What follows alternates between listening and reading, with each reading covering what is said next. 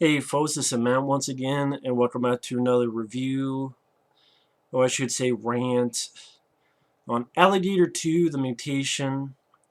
Again, I know I'm doing this journey into the 1980s, from 1980 to 1989, as many films as I can, A to Z, going year by year. But I did Alligator, which is a classic, love this movie. Might as well do the sequel, which is strange. They 1991. This is 1980. You wait 11 years to do a sequel to this? 11 fucking years? Why would you think by 1991, sad to say, people would give a shit about a sequel to this? And you're not going to do an 85 or 83 or 87. No. And then you don't do a sequel in which you have nobody from the cast or crew. The only person is the producer, Brandon Chase. Yeah, that's the only guy who I guess wanted to direct the sequel, then for some reason couldn't, so they got this guy named John Hess. Now, John Hess, he directed Watchers. I love Watchers, John Hess. I think that's his best film. I love Watchers with Corey Haim. I do. I grew up with that film ever since I was a kid, and I still enjoy that film to this day. When I get to the, was it 88? I'm going to talk in depth about Watchers and how much I love it. It'll be a while, but he did a film called Excessive Force, which I haven't seen. I've heard decent things. I know my friend Mike, OCP, thought it was pretty good. But this, no, this was pretty damn forgettable direct-to-video movie. And apparently, I know in the commentary for this, they mention the sequel, like the moderator mentions it. And I guess Louis Teed was approached to do a sequel. And he's like, well, I'll do it if Robert Forster stars and if John Sayles writes it. But I guess things didn't work out. And then Robert Forster mentions he was approached. And at that time, Louis Teed wasn't directing it. He read the script. He did not like the script. And so he didn't do the sequel. And when you watch his film, you can't blame him for not doing it. Although, who knows? Maybe if he did it... Nah, I mean, I don't know. And what's weird about that is the writer for this, Kurt Allen, really enough, he's written films for Robert Forster before. He wrote a film called, I believe, Walking the Edge, which Robert Forster starred in. And then he wrote the film that Robert Forster starred and directed, called Hollywood Harry. So I'm wondering if they got Kurt Allen to write this, just like, hey, you wrote a couple Robert Forster films before. You write this one again. And it's a sequel to a Robert Forster movie. So even this script was so bad that Robert Forster, even though he's worked with this guy who wrote one of the films he directed, he still read this script and said, this script is shitty, I'm not doing it. Kurt Allen, I know I've worked with you before and you wrote the movie I directed, but I'm still not doing it. And if you watch this film, you can't blame him. Because really what this film is, it's a boring PG-13, because this is rated R, and even though this film's direct-to-video, they made it PG-13. And I say direct-to-video because they don't have to worry about theaters, any of that business. But no, it's going straight to video, and it's PG-13. Why the fuck didn't you just make it a TV movie then? Fucking Brandon Chase. Give the fucking Brandon Tartikoff an NBC and fucking show the film. Might as well. It's that fucking bear of gore. There's really no gore. Or even any naughty language. It might as well be a TV movie. But yeah, the reason I said this was pretty much a remake is you have a cop who finds out about a big-ass alligator that was made because of these guys fucking with hormones and fucking with shit, dumping shit into the sewer. And there's also mention of them having tested animals. And the bad guy While in the first film was this bald old guy, character name of Slade. Here is Steve Railsback. But in both films, they have a connection with the mayor so they can get away with shit. And like I said, your lead's a cop who is friends with the chief, just like the first film, and gets a younger partner. Only this one doesn't die and stays until the end of the movie. And you do have a hunter, although it's Richard Lynch, who honestly he had more to do, and him and Steve Railsback are the two good things about this movie. And he's more Cajun of a hunter than Henry Silva was in the first film. And there's a female lead who, in the first film, they got into a relationship. Here, she's already married to the cop, husband and wife. And she's played by Dee Wallace Stone. She's Dee Wallace by the time she was Dee Wallace Stone. Of course, Dee Wallace Stone was in The Howling, Critters, E.T., Cujo. Weirdly enough, worked with Louis Teague, who directed the first film. And then, let's see, you have the Chief, played by Brock Peters, who unfortunately he's passed away, but I recognize him because if you've ever seen Star Trek 4 and Star Trek 6, he's like one of the Starfleet admirals. I always remember him from that.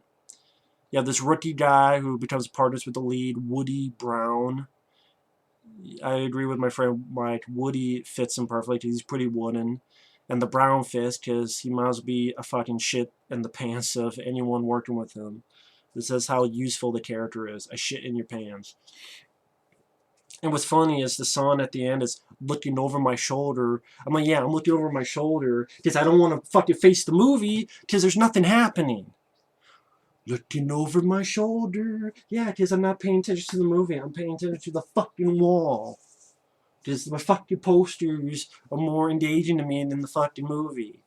And I didn't even talk about the lead, Joseph Bologna, or bologna sandwich with cheese that's been in the fucking fridge too long, and it's fucking starting to stink, because that's how fucking great smelling his performance is.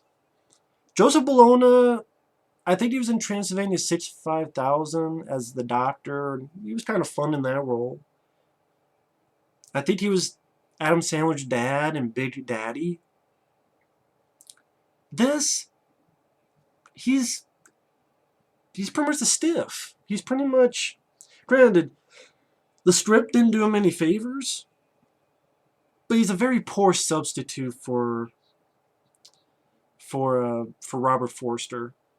He doesn't have any charisma. He doesn't have any of that blue-collar, down-to-earth guy that you want to know. He's kind of like the grandpa that you want to stay away from. I don't know how to put it. I mean, I know I'm being rude. I mean, Joseph Bologna is not the worst actor in the world. But he's kind of like, if anyone knows the actor Peter Coyote, he's kind of like a boring Peter Coyote. He's just very meh.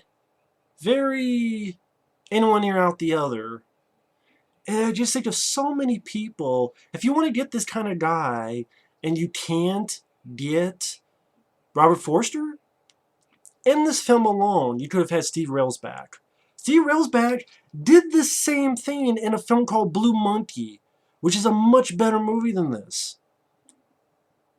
And I guess this film is not really on DVD. It was on a DVD with Alligator 1 and 2, but that DVD is like out of print. And you could probably get it on DVD overseas. But that's more than you say about Blue Monkey. That's never been on DVD. Never will be on DVD. And nowhere in the US. And nowhere overseas. And nowhere in the world. And Blue Monkey, people can hate it all they want. I'd rather watch that 10 times over this movie. Because this movie's just a dull affair. Now, is it as bad as some of the movies I've been seeing? Like fucking Alien 2 and the Alien Dead fuck? No. It's not saying much. And sad to say, yeah, I'd probably take this over some of the films of Sci-Fi Channel because they don't have annoying, piss-poor CGI. And at least, again, I like Steve Railsback, who's sort of the slimy, human bad guy of the film who deals in real estate and wants to force people out of their homes. And weirdly enough, he's scarier than the fucking alligator in the film. And Richard Lynch is this Cajun guy. He's likable. He gets like the one line of dialogue I liked when Steve Railsback dies. He's like, "Oh man, I didn't even get paid yet." The film either do it from his perspective. Instead of having yet another cop, have it from the Cajun hunter perspective. He gets a phone call. Okay, let's go to the city. And actually, his brother is played by Kane Hodder. So yeah, Kane Hodder's in the film and plays Richard Lynch's brother. I'd rather see that movie. Richard Lynch and Kane Hodder together with some. You put some other people, and there are some other people, but get some other, maybe even decently known actors, and go on the hunt in the city for a gator. That'd be a more interesting perspective on the movie instead of doing the same fucking thing, only a shit version. You made a shit version of this, a shit remake of this. That's all you did. But at least have a lead I give a fuck about. That's why I'm going back and forth. Like Steve Railsback, he would have been better. He was doing this film called Turkey Shoot, which I'll get into down the road, aka Escape 2000. Hell, Wings Hauser. He was great in this film called Mutant, which I enjoy. Wings Hauser would work. Leo Rossi. I actually want to see the Relentless sequels that he's in. The DVDs are way too fucking expensive, though. But I didn't mind him in the first Relentless. And, hey, Leo Rossi. I'll watch him. Give him a chance. Hell, fucking go out of the box. Get like Carl Weathers or something. I mean, fuck, man. But it would not have saved the film. It would make it better. But more budget. Which apparently this had a bigger budget than this film, which I don't see it. Have more shit happening. Don't let us forget that it's a fucking alligator movie, which I'll get to. Don't make it fucking PG-13. And have a better script. But yeah, a better lead would help as well. Just Joseph Bologna is fucking boring.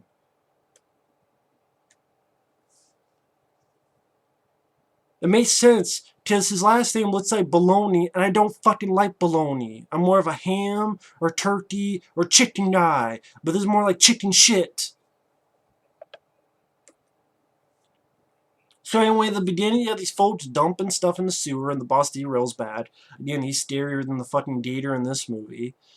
And then it cuts to two guys fishing in this little pond, lake, and they're using spears, and they're eating PG-13 style. And I think the score is subpar. I like the score in the first film because it fits that film well. And then at times it's very subtle and creepy, like during the end credits. And at times it's going for that Jaws vibe, but making it its own. Here is just very overbearing music, very over the top, as well as shitty songs like "Looking Over My Shoulder" at the fucking end credits. And then they die. You briefly see a body part like fall, but you don't see like a bloody stump just pumping blood or blood spilling everywhere. You don't see that like you did in the first film. You just see people splashing and then the water turns red. And like I said, Steve Railsback dealing with... Again, at times this film does seem like it forgets it's a fucking alligator movie. That's what I was talking about with the first film. This first film knows first and foremost it's about this. Here, there are gaps that you forget you're watching a movie about a killer alligator. It's like, oh, Steve Railsback was the mayor, and then there's the Vatos, the crazy boys, who talked with Detective Joseph Bologna and fucking, hey, Vatos, this is our area. I'm like, the crazy boys, do they work with Pauly Shore from In the Army now? Because him and Andy Dick were the crazy boys. We're the crazy boys. We're giving it away. Is that what these guys do? They don't work with Pauly Shore and Andy Dick and In the Army now. They're crazy boys. Or are they like the West Coast version of the white boys from I Come in Peace? But anyway, This girl finds the leg of one of those two guys that died. Dee Wallace, like I said, she's the wife-size scientist. Before that, yeah, Baloney. I know his name's Bologna, but I'm going to call him Baloney. Just that's how I feel about it. It's all full of baloney. I like the fact when the first thing we see of him, he wakes up in his house. He hears noise. And his first thought is to get his gun and go down. Now, he is a married man with a kid. So maybe his wife got sick or his wife decided to stay home or something. No, his first instinct is, let me grab my gun and walk down to the fucking thing. And of course, it's a tape recorder playing of his wife and son wish him a happy birthday. And then there's a videotape, he puts it in, they again wish him a happy birthday. Jumping ahead, Dee Wallace is not only his wife, she's a scientist, doctor type. The gator bites a beach ball. Ooh, shit.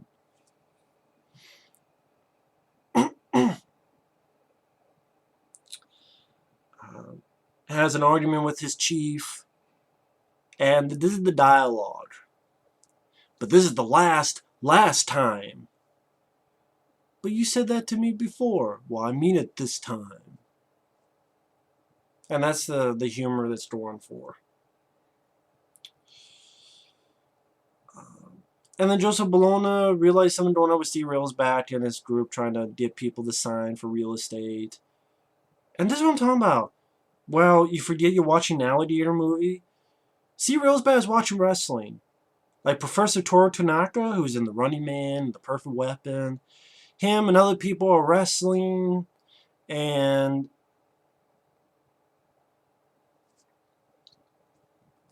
then he gets escorted out, and this rookie guy is told to cuff Joseph Bologna, and then he goes into the bathroom and tricks the cop's ass and leaves the cop there, and then the mayor's daughter arrives, and she's talking to her dad, why are you letting Steve Railsback? And I'm thinking, because he's cool as a motherfucker. He's just cool, you know, the slimy evil guy. And he even tells the mayor's daughter, you give them what they want, and then they trust you. And it's like, oh, in case you forget Killer Alligator, here's a homeless guy who sees his buddy in the jaws of the gator and then gets hit, and his stunt double, obvious stunt double, flies off and hit the wall. That goes right back to wrestling. I don't want to see wrestling. I've seen enough wrestling lately.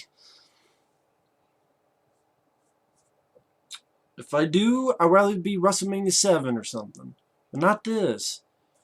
And then the mayor's daughter hits Steve Railsback, and then she finds the cop who's been tied up and unlocks him and the handcuffs, and he's embarrassed, and then the pictures are taken for the reporter, and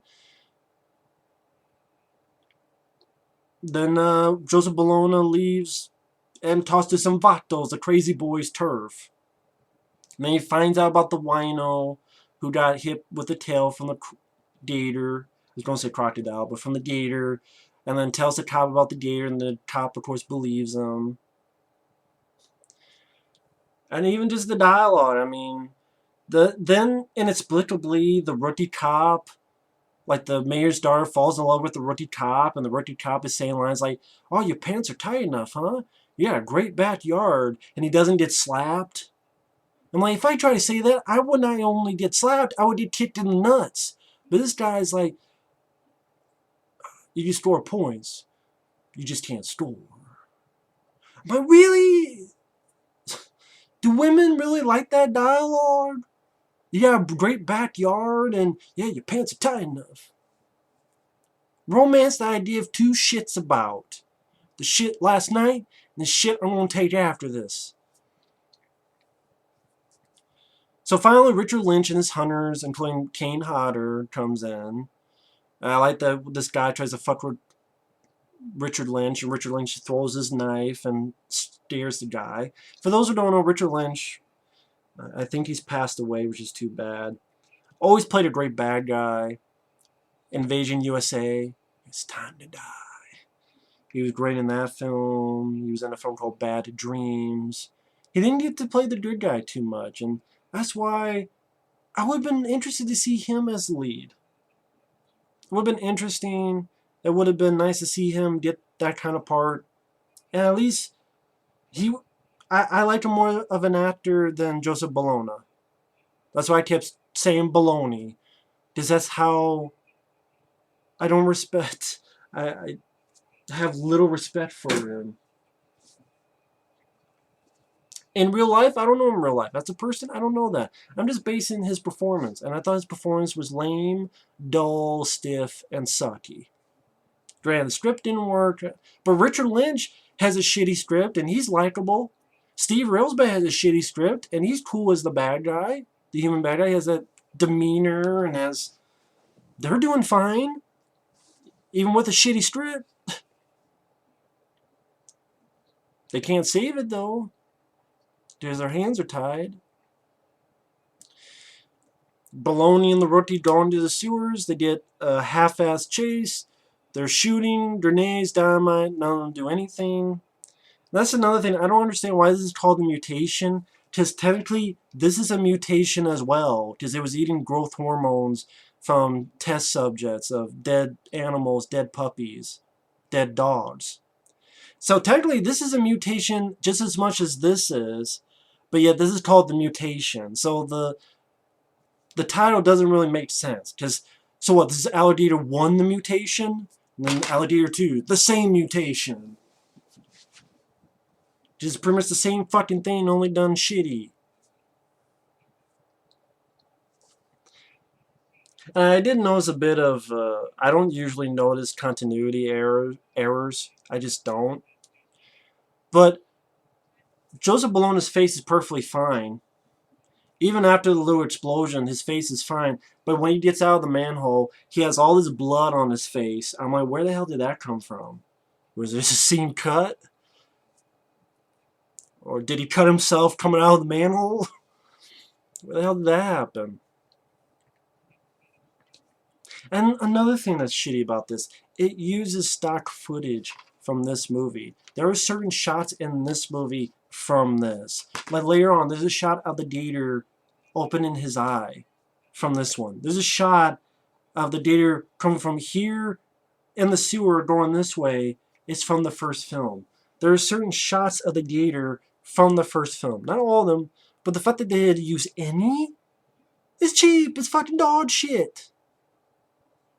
It's fucking bullshit. So bologna with cheese tries to warn Richard Lynch and the hunters. Lynch shoots. Gator fucks up the ladder. Pretty much kills everyone in nonchalant PG-13 way. Except Richard Lynch and this one guy. And by the way, the one guy we never see again. So I guess the one guy didn't care about his buddies. Only Richard Lynch. Because the guy doesn't go along with Richard Lynch. I guess the guy just disappeared. Like, he climbs up with Richard Lynch. And by this, he's like, fuck this, I'm quit, I'm gone. Here's my walking papers. So Richard Lynch joins the rookie and Joseph Bologna with cheese.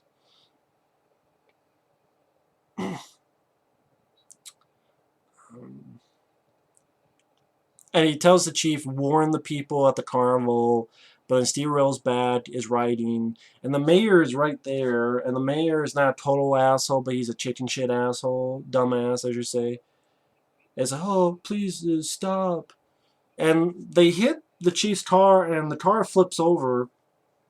Now, what's funny is I remember the first time I saw this, I still thought the chief was alive, because the car flips over, but it doesn't blow up. And usually in my mind, I'm thinking, okay, they didn't blow it up because they didn't want him to die. Because I've been in a car that's flipped over. In middle school, and had my eyeball cut. But I didn't die. But I was in a car that flipped over into a ditch. You can survive. And usually, this is the kind of things that you would have the car blow up. So I guess what, they just didn't have the budget to blow it up? Or they just felt, let's be different. Let's not blow it up this time. Let's just have it flip over. And I guess he's dead because you never see him again. The chief, Brock Peters, the guy from Star Trek 4 and 6. You never see him again. Okay. I guess that's the case. And C. Railsbat does this because he wants the carnival to go on. Which that does remind me of Jaws. Which none of that was an alligator. Like, people may call this a Jaws ripoff, but it didn't have anything like that in it. If you think about it. This must go on. It didn't have it. This does, and that's a carnival. Our three heroes now are fishing for dynamite. It eats it, but it didn't detonate, so now it's a walking bomb. Which I'm like, good job, dipshits. Good job, bravo. You just made it from a gator to a walking bomb. See Railsbat and the mayor on a carousel, and Steve Railsbat shoots him with one of the quietest guns of all time, I guess, because he shoots him, it barely makes a noise, and apparently no one heard it on the carousel. If I'm on a carousel, I then won't hear a gunshot. There's not even a fucking silencer on it. It's like, boom. Again, if I'm on a carousel, I think I'm going to hear the gunshot. But no, he gets away, and then later on, oh shit, the mayor has been shot. And I'm guessing dead. Carnival gets attacked. Very, very boring scene. It's just some people get flung back by the tail. Steve Railsbat bodyguard gets, I guess, his head eaten, but you just see the head going, you see the jaw going like this, and the guy going like, ah, and then you see no blood or anything, so it's, yeah, it's pretty damn lame. Steve Railsbat gets pushed into the water. He flounders, he screams, you see some splashing, some red, and then he's dead. That's really it. You don't, I mean, for a villain, at least, like in the first film, you have the guy get crushed to death in his car, in his own car, crushed to death. Here, and that's it. I mean, this is why in Rated R, you tear his arm off, or you tear his head off, or you tear his body apart or something if you don't have him eaten. No, you can't do that because it's PG-13. So even the human villain doesn't gets a lame death, to be honest. But that's where Richard Lynch has the only line I chuckle at. Oh man, I didn't get paid. And then you have a very anticlimactic ending because the three of them are in the lake, the pond. Lynch gets killed, being bully, stabbing. Bologna has this spear that looks like something that Richard Dreyfuss would have in Jaws, and thrusts it on the bottom of the gator, and I guess did nothing. So that was completely, utterly fucking useless. And then they get on a chopper, and usually you think, oh, the gator's coming after him, is about ready to reach him. No, the gator's like fucking far away. There's no suspense. There's no energy. They just get on the chopper. Oh, here's some bazookas. Oh, let's follow it. Oh, there's the nest. And then it's coming at them very slowly. And then the rookie is such an idiot that the gigantic gator that's right in front of him coming up really slowly, he misses, and like, if this is the gator, he shoots like right here. And then even the rookie's like, be careful, aim closely. I'm like, it's as big as a fucking car. It's moving as slow as fucking molasses. If he misses, you should both be fired and fucked. Shoots it, blows it up, which is not much because we've seen it blown up in the first one. I mean, different gear, but I mean, cool, bazookas. I love bazookas. But it just seems very anticlimactic. Is that really chasing them in the lake? Gets in, slowly creeping up on him. Oh, yeah, boom. Not even a cool one-liner or anything. Like, you go in pieces, asshole. Or smile, you son of a bitch. No. I mean, hell, if I want to see that done better, I'll watch Grizzly. Where he just takes the bazooka, boom, blows up the grizzly. That was done because that was done with some energy and some, oh shit, I better do this or I'm going to die. Here it's, I better do this or he will eventually get here and then may eventually kill me. So even the ending is just fucking lame. They took bazooka fun and took the fun out of that. That's how lame the sequel is. And I can't believe I talked about it for 30 fucking minutes. But that's what I do. This sequel is lame. It's boring. At times there's filler with wrestling and real estate and Steve Railsback shit and shitty romance between the rookie and the mayor's daughter that no one gives a rat's ass about. You have a very dull lead, stiff lead. Joseph Bologna did nothing for me. There are many actors you could have picked. You have a lame script that retreads the original, doesn't add anything new to it, and doesn't have any of the witty dialogue or fun. And it seems even cheaper. It's definitely a cheap direct-to-video flick. And yeah, Steve Railsback and Richard Lynch do what they can, but they can't save the film. So yeah, not much I can say about it. Alligator II, The Mutation sucked. It does suck. I know some people under Mike's review, they like the film. That's fine if you like the film. I disagree. I don't like the film. I think this is a much better movie. Grizzly is a much more fun movie. Fucking Jaws 3, which I know a lot of people hate.